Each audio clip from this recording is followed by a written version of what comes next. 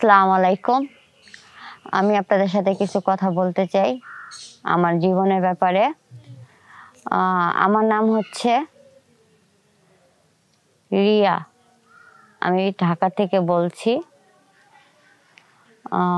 আমার বাবা খুব গরিব।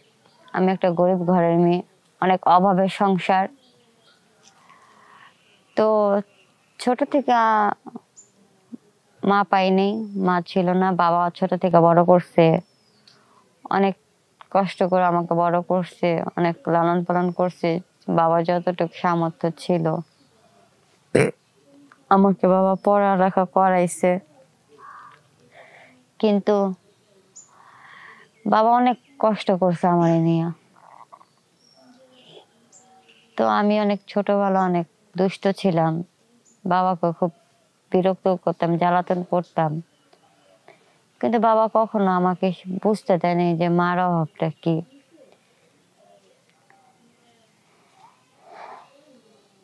মানুষ বলতো বড় হয়েছে পরে তুই তোর বাবারে খুব বিরক্ত করছিস, জ্বালাতি, কিন্তু তোর বাবা তোর আজ পর্যন্ত একটা ধমক পর্যন্ত দেয় নাই।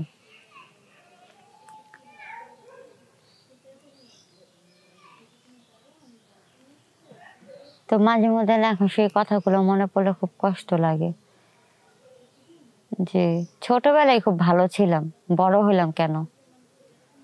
তাহলে আজকে আমার এরকম হইতো না। দেখেন, মেয়েরা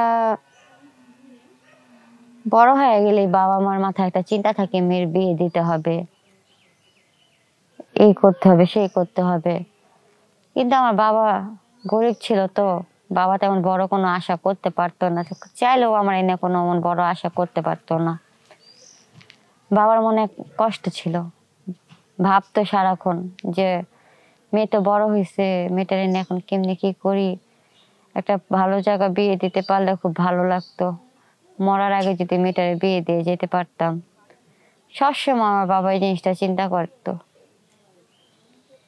তো আমি বুঝতাম। আমি বাবাকে একদিন বলছো, বাবা তুমি আমার এনে চিন্তা করো না, তুমি দেখো আমি ঠিক ভালো থাকুম।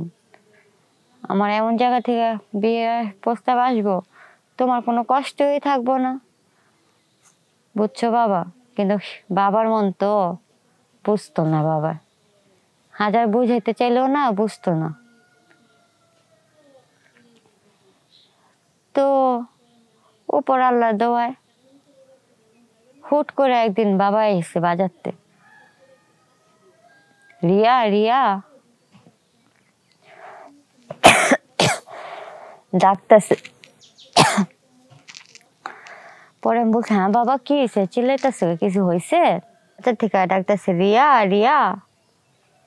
পরে আমি দৌড়ায় বেরিয়েছি, কি হয়েছে বাবা, কিছু হয়েছে, তোমার শরীর খারাপ? পরে বাবা কারে না, আরে পাগল, আজকে একটা খুশি সংবাদ আছে। আমাকে খুশি সংবাদ? কি হয়েছে বাবা? কারণ তোর না একটা বিয়ার প্রস্তাব হয়েছে, মেলা বড় লোক পোলার লগে। বড় লোক পোলার লগে? পরে হ মা, আমি না এই প্রস্তাবটা রাজি করে নিচ্ছি, তোর কোনো আপত্তি আছে? আমি না বাবা, আমার আপত্তি থাকবো কে, তুমি খুশি তো বাবা, আমি খুশি। কয় বাবা, কয় মা একটা কথা কমো। আমাকে কও বাবা। কয় দেখ, ছোট থেকে তোরে বড় করছি, তোরে কোনো সময় মাটিতে রাখিনি, পিঁপড়া খাইবো, মাথায় রাখিনি, উকুনে খাইবো। খুব কষ্টে বড় করছি, অনেক সুন্দর করে পালছি। মা, আমি বিয়ের প্রস্তাবটা রাজি হইতাম না। কেন রাজি হয়েছি জানোস? অনেক বড় লোক, অনেক টাকা, অনেক সম্পদ আছে গো। কিন্তু কি জানোস? আমি কি বাবা, একটু বয়স বেশি জামাইটার। আমি না চুপ হয়ে গেলাম যে আমি ইয়াং একটা মাইয়া, বয়স্ক একটা বেটার লগে আমার বিয়ে হইব? থাক গা, পরে চিন্তা করলাম, থাক, টাকা পয়সা তো আছে, সমস্যা কি? আর অত বয়স বয়স করেছে তো কি হয়েছে, বেড়া মানুষ হইতো।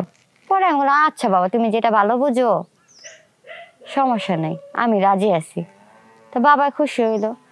তো এত বড় লোক বাসায় বিয়া দিব, বাবার কাছে তত টাকা পয়সা নাই।